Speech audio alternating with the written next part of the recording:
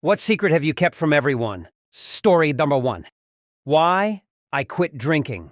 I was a very heavy drinker, always alone. Definitely alcoholic behavior, although I believe I somehow dodged addiction, something I'm grateful for every day. The truth is, I had an unbelievably vivid dream in which I carried and gave birth to a baby.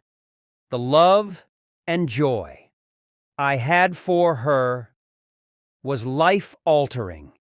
And now I've had a child, it was actually somewhat accurate. When you hear quit cold turkey, I think most people assume there was some terrible experience, but it wasn't even a terrible dream. It was just a brief, intensely vivid experience of the thing I wanted most in the world. And I realized drinking like that was completely incompatible with the kind of mother I wanted to be. The dream had nothing to do with alcohol, but it was enough. I literally had my last sip of alcohol that night. Mother's Day 2018. Cold turkey, no problems. Story number 2. I once accidentally set my neighbor's cat on fire with a magnifying glass. It was a hot summer day, and I was trying to make a magnifying glass out of a glass of water. The cat walked into the sunbeam, and the water magnified the sun's rays onto its fur. Luckily, I was able to put out the fire quickly, and the cat was fine. But I've never told anyone about it because I'm afraid they'll think I'm a terrible person. I'm just glad the cat wasn't hurt. Story number 3. When I was 9, my friend would use my laptop during sleepovers to get to online video rooms, similar to Omegle, connects with Rando, can also use to video call your friends. She was 2 years older than me. One night she was controlling it, and the person started asking as more inappropriate questions. She would answer. I was uncomfortable but not familiar with any of this shit. I was 9 and it was 2008. I didn't understand that the internet was scary or dangerous.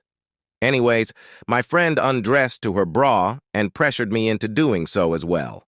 I remember feeling wrong, but I didn't have many friends and did what she said. The person told us to stand in front of the camera, etc. I only remember standing in front of the camera, nothing else.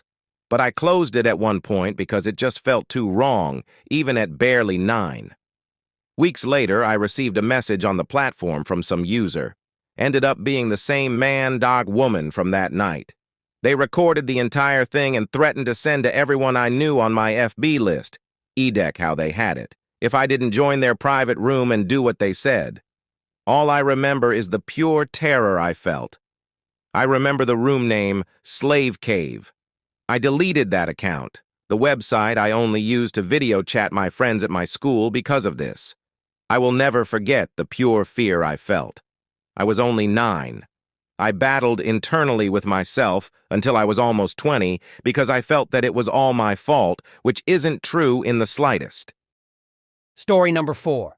I have a heart condition that means I'll be gone in 10 years, absolute max. My family and a few close friends know that my heart isn't the greatest because sometimes it limits what I can do. But none of them know the extent of it, or that it's not curable, only manageable, and will continue to deteriorate over time. I have 13 and 14-year-old boys. I just want to be around long enough to make sure they reach adulthood okay. That's enough for me. The reason I'm keeping it to myself is that I went through breast cancer and chemo at 29. I saw the way people looked at me then, how they treated me, the pity in their eyes, and those were the ones that didn't simply dump me because they didn't know how to deal with it. I don't want that again. It was the chemo that ruined my heart. I had a very bad reaction to one of the chemo drugs.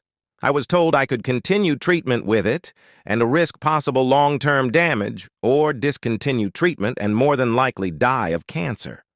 My kids were 1.5 and 2 then. It was an easy choice.